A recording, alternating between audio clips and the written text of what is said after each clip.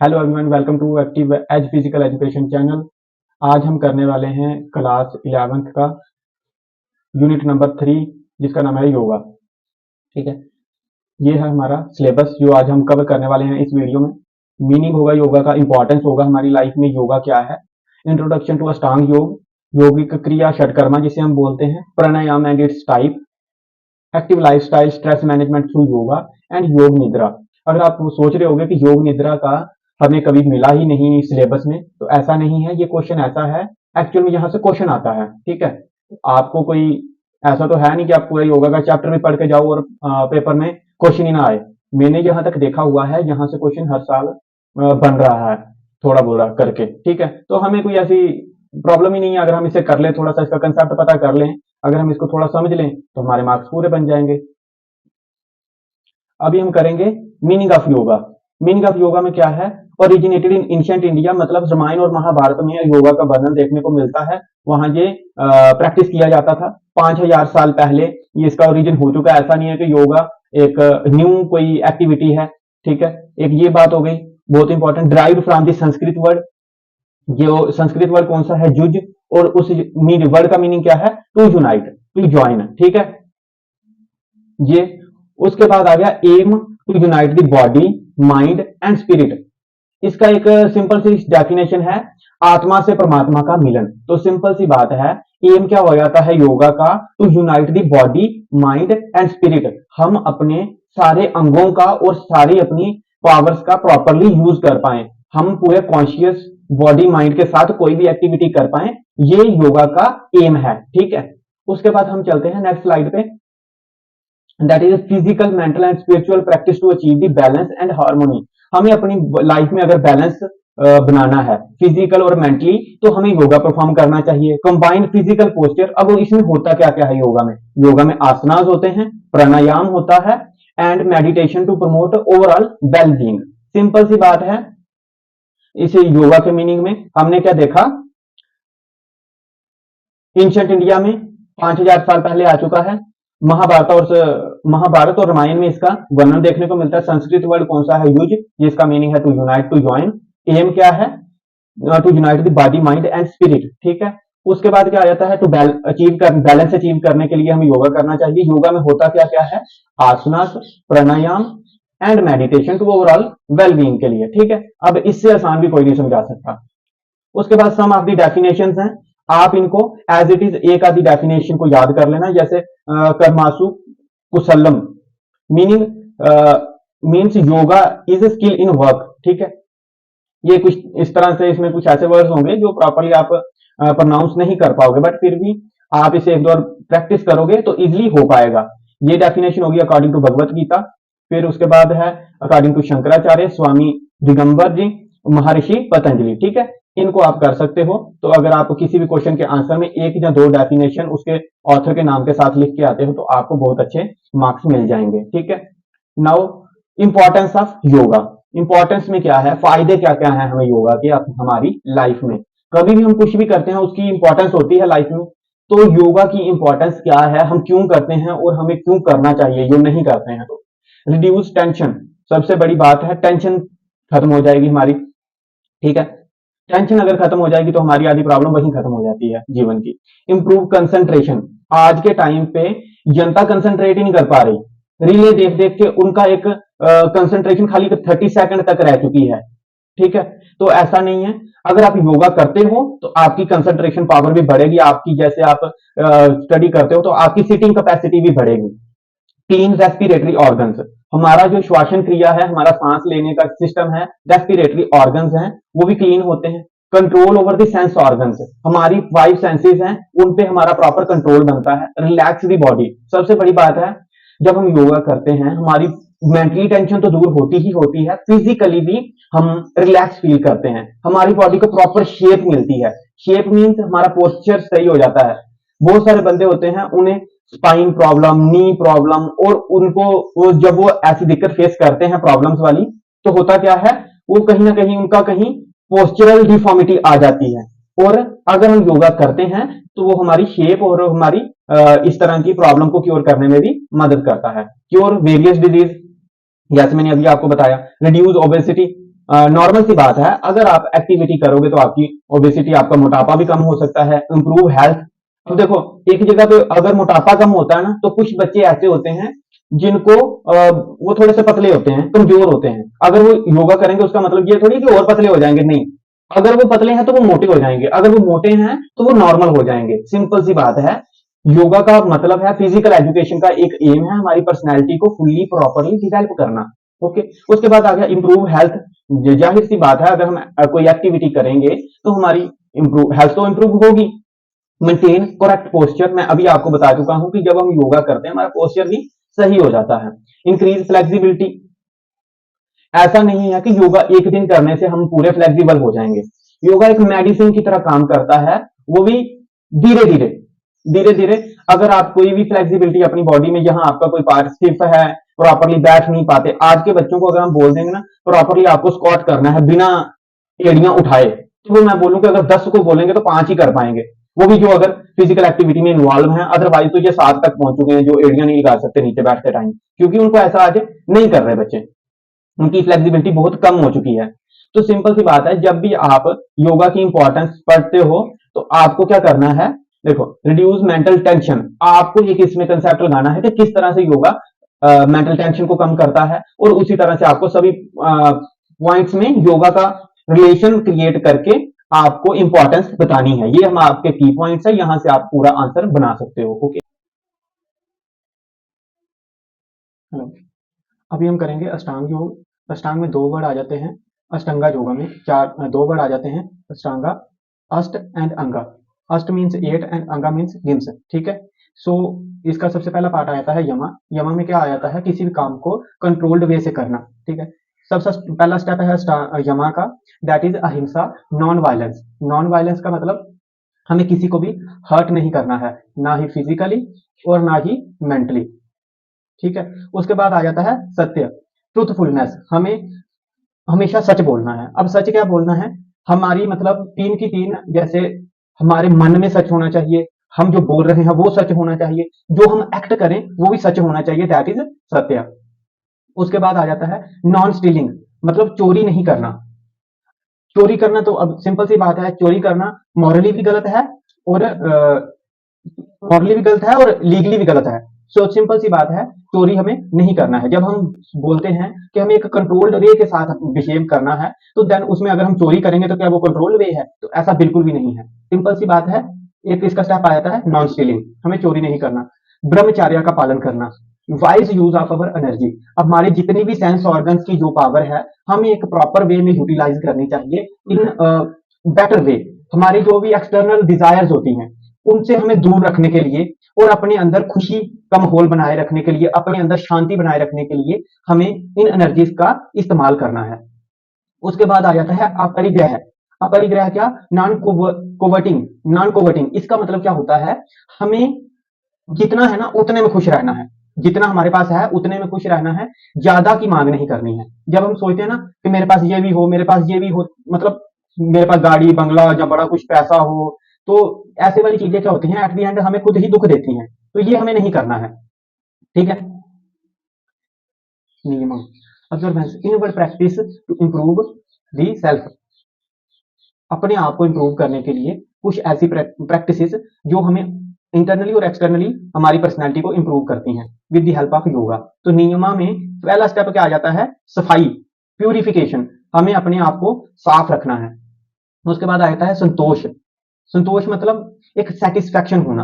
हमें जितना, अगर हम ज्यादा किसी के पाने की कोशिश करेंगे ना, तो हमें उतनी ही अपने आप में दुख भी होता है कई बार, जो हमें चीजें नहीं मिलती। जितनी ज्यादा उम्मीदें रखेंगे उतनी ज्यादा हमें निराशा होती है। तो सिंपल सी बात है, हमें ज्यादा उम्मीदें नहीं रखनी है, सिंपल अपनी लाइफ को जीना है। तपस, तपस का मतलब क्या है, जब हमें अपनी जो सेंसेस हैं उनकी पूरी पावर को अपने लक्ष्य को पूरा करने के लिए लगाना है। अपने लक्ष्य को पूरा करने के लिए अपनी सेंसेस की पावर को लगाना है। इसमें हमें अपने आप को सहनशीलता, जब देखो ना कुछ ऐसे आपने बाबा साधु देखे होंगे, वो तपस करते हैं, वो आग पे बैठे होंगे, सर्दी नहीं लगती उनको, ठीक है, कोल्ड नहीं लगता उनको कुछ भी, गर्मी में होंगे, पानी में होंगे, उनको कहीं भी किसी से कुछ भी नहीं होता, दैट इज तपस। अपने आप को इतना सक्षम बना लेना है कि हमें कोई भी चीज इजिली हर्ट ना कर पाए, दैट इज तपस।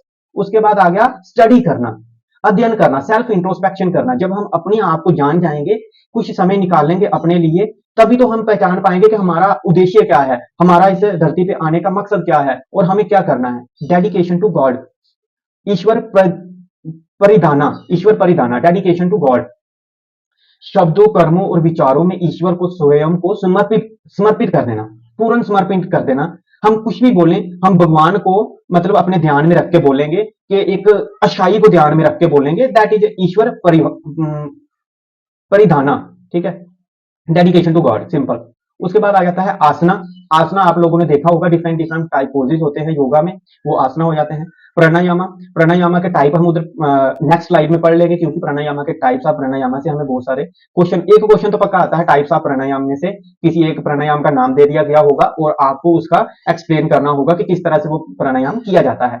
अब प्राणायाम को करने के 3 स्टेप होते हैं, ठीक है। ये पुरका, कुंभक एंड रेचिका, ये 3 इसके स्टेप संस्कृत वर्ड हैं और इनका एक्चुअल मीनिंग क्या है। सबसे पहले ब्रीथ को इनहेल करना, देन ब्रीथ को रिटेन करना, रिटेन मतलब होल्ड करना, और उसके बाद एक्सहेल कर देना, रिलीज कर देना ब्रीथ को, ठीक है। उसके बाद आ जाता है pratihara, detaching the mind and sense organ from the related activity and attaching to the God.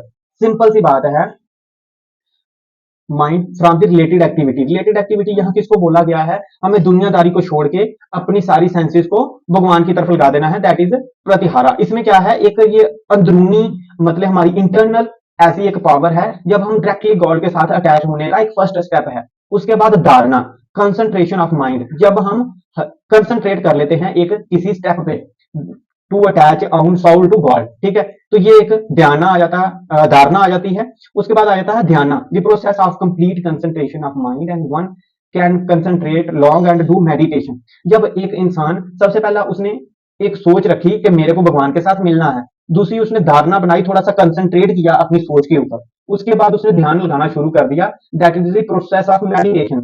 जब वो इंसान मेडिटेशन से भी एक स्टेप आगे निकल जाता है, then that person reach at the place of samadhi. समाधि ले लेते हैं। कुछ आपने बाबा, कुछ ऐसे स्वामी देखे होंगे, वो सालों साल गर्मी सर्दी का ध्यान रखे बिना ही वो बैठे रहते हैं, समाधि करते हैं, ध्यान रखते हैं। उनको फिजिकली कोई भी हर्ट हो ही नहीं सकता, क्योंकि उनकी साउल होती नहीं है उसमें, उनकी खाली बॉडी पड़ी होती है, साउल उनकी गॉड के साथ अटैच हो चुकी होती है। दैट्स वाई दैट पर्सन, उनको इतनी दिक्कत नहीं होती। बट आज के टाइम पे समाधि तक पहुंचना, इतनी हाई लेवल को अटेन करना इजी नहीं है, ठीक है। हम अपनी सेंसेस को प्रॉपरली गॉड की तरफ ध्यान लगा ही नहीं सकते, 1 मिनट की कंसंट्रेशन नहीं कर सकते आसानी से। ऐसा नहीं है कि नहीं हो पाता, हो पाएगा, बट आपको पहले ये जो हमारे फर्स्ट स्टेप यमा, नियमा, आसना, प्राणायामा, ये 4 स्टेप करके उसके बाद आप इस स्टेप पे पहुंचोगे। उसके बाद आप 6 स्टेप को पार करोगे, 7th को करोगे, then you will reach on the samadhi. So ये वाले स्टेप तक पहुंचने के लिए आपको बहुत ज्यादा तपस्या करनी पड़ेगी। उसके बाद आ जाती है shatkarma. Shatkarma means 6 cleansing processes to clean our body, ठीक है। ये 6 क्लींजिंग प्रोसेसेस हैं हमारी बॉडी को क्लीन करने के लिए, इंटरनली एंड एक्सटर्नली। उसमें आ जाती है, सबसे पहले आ जाती है नेति क्रिया। नेति क्रिया में सबसे पहला पार्ट आ जाता है जल नेति, दूसरा आ जाता है हमारा सबसे पहला आ जाता है जल नेति, ये वाला नंबर 1। ये नंबर 2 आ जाता है हमारा सूत्र नेति। इस एक रबर कैथेटर होता है जो हम एक नॉस्ट्रिल से इन करते हैं और मुंह से बाहर निकालते हैं। इसने नाक से निकाल रखा है, ये भी गलती है क्योंकि मैंने खुद कर रखा है, तो ये इसने गलती कर रखा है, एक से नाक से निकाल के मतलब दूसरी नॉस्ट्रिल से बाहर, ये गलत है, ऐसा तो नहीं होता। चलो मैंने भी स्पीकर को लगाते टाइम ये ध्यान नहीं दिया, अभी मैं देख रहा हूँ, तो ये नहीं होता, ये मुंह से हमारा थ्रेड बाहर आता है, ओके। तो ये हो गया सूत्र नेति और ये हो जाता है जल नेति। उसके बाद आ जाती है दोती क्रिया, अपने डाइजेस्टिव सिस्टम और रेस्पिरेटरी सिस्टम को क्लीन करने की क्रिया।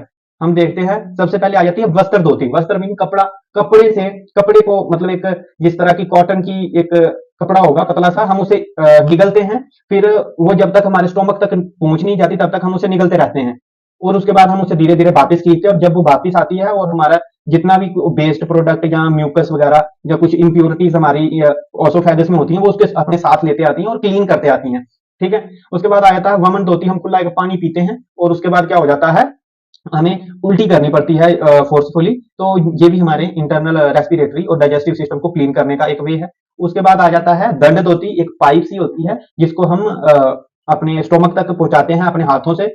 उसके बाद हम उस पिए हुए पानी को पाइप के थ्रू बाहर निकालते हैं, या कुछ भी अंदर हमारे स्टोमक में होता है म्यूकस वगैरह, जहां हम उसको बाहर निकालते हैं, तो उससे भी क्लीनिंग हमारी हो जाती है। उसके बाद आती है नौली क्रिया, इससे massaging and strengthening of the abdomen organs. ये इस तरह से कुछ लोग होते हैं ना जो अपने पेट को घुमा लेते हैं, ये होती है नौली क्रिया, एब्डोमिनल मसाज।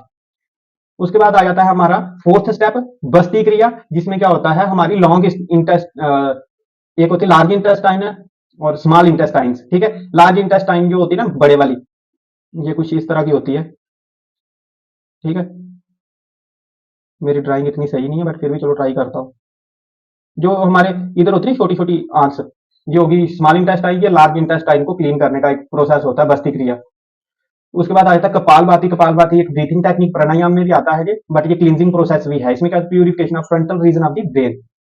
उसके बाद आ जाता है त्रटक। इसमें क्या करते हैं हम एक पॉइंट पे कंसंट्रेट करते हैं for longer time to increase the concentration. ये इस तरह का नेक्स्ट स्लाइड में हम देखते हैं, ये प्रोसेस है त्रटक का। त्रटक के बाद आ जाता है प्राणायाम एंड इट्स टाइप। ये इंपॉर्टेंट है आपके एग्जाम पर्पज से भी, आप इसको थोड़ा देख लेना। प्राणायाम मीन्स लाइफ एनर्जी एंड यमा means control over that energy, तो दैट इज प्राणायाम। प्राणायाम में सबसे पहला प्राणायाम कौन सा है? अनुलोम विलोम नाड़ी शोधन प्राणायाम भी इसी को बोला जाता है, और इसको अगर इंग्लिश में देखें अल्टरनेट नॉस्ट्रिल ब्रीदिंग। अब इसमें होता क्या है, आप थोड़ा सा ध्यान दो, और यही इसमें लिखा हुआ है, मैं इसको पढ़ने नहीं वाला, आप देखो। हम क्या करते हैं इस तरह से फिंगर्स को बनाएंगे, ठीक है। उसके बाद एक से हम क्या करेंगे, लेफ्ट नॉस्ट्रिल को बंद करेंगे, ब्रीथ इन करेंगे राइट साइड से, देन अब हम राइट को बंद कर देंगे और लेफ्ट से ब्रीथ आउट करेंगे। ब्रीथ आउट करने के बाद यहीं से ब्रीथ इन करेंगे दोबारा से लेफ्ट नॉस्ट्रिल से, और ब्रीथ आउट करेंगे राइट साइड से। राइट साइड से आउट किया, देन अगेन इधर से ब्रीथ इन करेंगे। इसी को अगर हम 5 बार रिपीट करते हैं, दैट इज अनुलोम विलोम नाड़ी शोधन या अल्टरनेट नॉस्ट्रिल ब्रीदिंग। अब इसमें सिंपल सा वर्ड क्या होता है, जब भी हम कोई भी प्राणायाम करने के लिए जाते हैं, पहले हमें सीधा बैठना होता है। सब में ये स्टेप आप लिख सकते हो। सबसे पहले सीधा बैठना है, कंट्रोल करना है अपने आप को, प्रॉपर एक ब्रीथ करनी है। ऐसा नहीं कहीं भी ऐसे जल्दी जल्दी में जर्किंग में ही शुरू हो गए आप योगा करना, या हमें भाई प्राणायाम करना और निकलना है। योग जल्दी का काम नहीं है, योग मतलब एक शांति का काम है, इसे आराम से किया जाता है। सबसे पहले हम स्पाइन को स्ट्रेट करेंगे, सीधा बैठेंगे, बैठने के बाद देन अपने फेस को, पूरी बॉडी को रिलैक्स करेंगे, तब हम एक प्रॉपरली वेग से के साथ हम किसी भी प्राणायाम को करना शुरू करेंगे। दैट इज अनुलोम विलोम, जो मैंने अभी आपको सिखा दिया। उसके बाद हमारा नेक्स्ट आ जाता है सूर्य वेदी। सूर्य मतलब एक सीधेपन का साइन होता है सूर्य, और राइट नोस्ट्रिल को भी हम सीधा ही बोलते हैं। तो इसमें क्या है, राइट नोस्ट्रिल से हम एयर को इन करेंगे और लेफ्ट से आउट करेंगे, यही प्रोसेस चलता रहेगा। दैट इज सूर्य वेदी। उसके बाद उज्जयी प्राणायाम, सिट कंफर्टेबली पार्शली।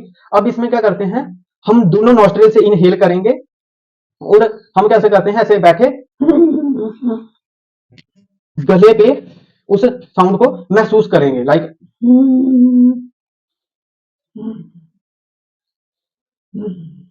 थोड़ी सी ना साउंड निकलनी चाहिए, मतलब आपको ऐसा लगना चाहिए आपके डायरेक्ट थ्रॉट पे प्रेशर थोड़ा सा एयर का आए जो आप ब्रीद इन करो, तो दैट इज उज्जयी प्राणायाम। जब आप नोज से ही इन करोगे, नोज से ही आउट करोगे, दैट इज उज्जयी प्राणायाम। ब्रह्मरी, ब्रह्मरी में क्या होता है, हम क्या करते हैं, अपने कानों को बंद किया, आंखों को बंद किया, तो फिर हम क्या करते हैं, प्रॉपरली ब्रीद इन करके और एक्सहेल करते हैं स्लोली। एक्सहेल करते हैं जब स्लोली, और हम इसके साथ एक बी बी मतलब हमिंग बर्ड जैसी जो एक साउंड होती है ना, वो वैसी वाली साउंड जब हम निकालते हैं, तो उसको हम क्या बोलते हैं, ब्रह्मरी प्राणायाम। आप लोगों ने योगा डे पे भी बहुत बार ये किया होगा, जैसे याद आ गया ना, बस यही है वो। उसके बाद आ गया शीतकारी। शीतकारी मतलब ऐसा कुछ ठंड जैसा नहीं लगता, शीत ठंडा, तो ये शीतकारी वैसा ही है। हम इसमें क्या करते हैं, इनहेल स्लोली थ्रू टीथ, इसमें हम अपने लिप्स को खुला रखते हैं इस तरह से, that is Sheetkari pranayama. Okay. उसके बाद आ गया शीतली प्राणायाम। शीतली प्राणायाम में क्या है, इससे कूलिंग टेक्निक, टंग को रोल करना है, जो हमारी जीभ है ना, इस तरह से उसकी पाइप,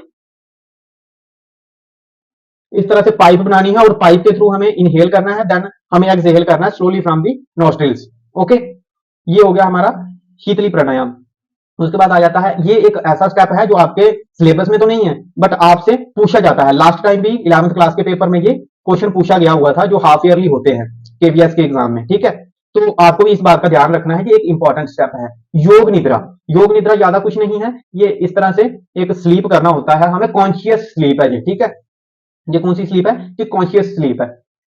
योग निद्रा मीन्स स्लीप विद अवेयरनेस। निद्रा इज प्रैक्टिस्ड इन दी शव आसना। जब हम लेटते हैं ना, दैट इज शव आसन, ठीक है, ये शव आसन है। इसमें फेज नंबर 1 में हम क्या करते हैं, बॉडी अवेयरनेस फेज होता है। हम अपनी बॉडी से अवेयर होते हैं। लेटने के बाद हम अपनी पूरे एक पाँव के अंगूठे से लेके सर के मतलब टॉप तक हम कंसंट्रेट करते आते हैं कि ओके ये हमारी बॉडी के पार्ट, हम अपने हर एक पार्ट को महसूस करते हैं। That is body awareness phase. Breath awareness phase, हम अपनी सांस पे कंट्रोल करते हैं, किस तरह से सांस अंदर जा रही है, कहां तक हम अपनी सांस को महसूस करते हैं, दैट इज ब्रीथ अवेयरनेस। उसके बाद कमिंग बैक, उस योग निद्रा को एंड करना। ठीक है, ये 3 पार्ट होते हैं योग निद्रा में। प्रैक्टिस करते हैं हम किसमें, शव आसन में। ठीक है, प्रैक्टिस करते हैं हम शव आसन में। उसके बाद बेनिफिट्स क्या हैं योग निद्रा के।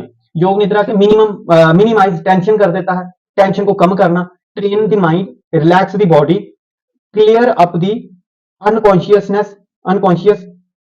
अब एक क्रिएटिविटी, हम क्रिएटिव हो जाते हैं। हम जब अपने आप को अच्छी तरह से पहचानेंगे, अपने ऊपर कंट्रोल कर पाएंगे, तो दैट मीन सिंपल सी बात है, टेंशन कम हो जाएगी, माइंड हमारी बॉडी प्रॉपरली रिलैक्स हो जाएगी।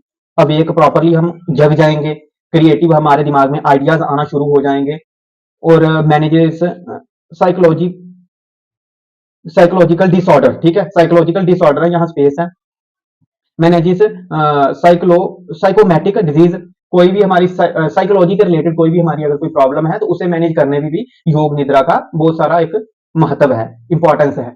उसके बाद आ जाता है active lifestyle and stress management through योग। जितना भी आप लोगों ने पढ़ लिया है ना, अब आपको कोई नहीं बोलेगा, मतलब कोई बताने की जरूरत नहीं है कि आप किस तरह से योग से अपने स्ट्रेस को मैनेज कर सकते हो और अपने लाइफस्टाइल को एक्टिव रख सकते हो। आपको पता है कि किस तरह से अष्टांग योग हमारे एक्सटर्नली और इंटरनली हमारी बॉडी पे इफेक्ट करता है, हमें कौन कौन सी बातों का ध्यान रखना चाहिए और किस तरह से हमें अपनी जीवन शैली को इंप्रूव करना है, हमारी डेली दिनचर्या, डेली जो रूटीन है, हमें किस तरह से मतलब इंप्रूव करनी है with the help of yoga. तो yoga concept conceive health as a holistic way and sees that the person as a whole. Simple सी बात है यार, इसमें कोई ज्यादा सेंस वाली बात है नहीं।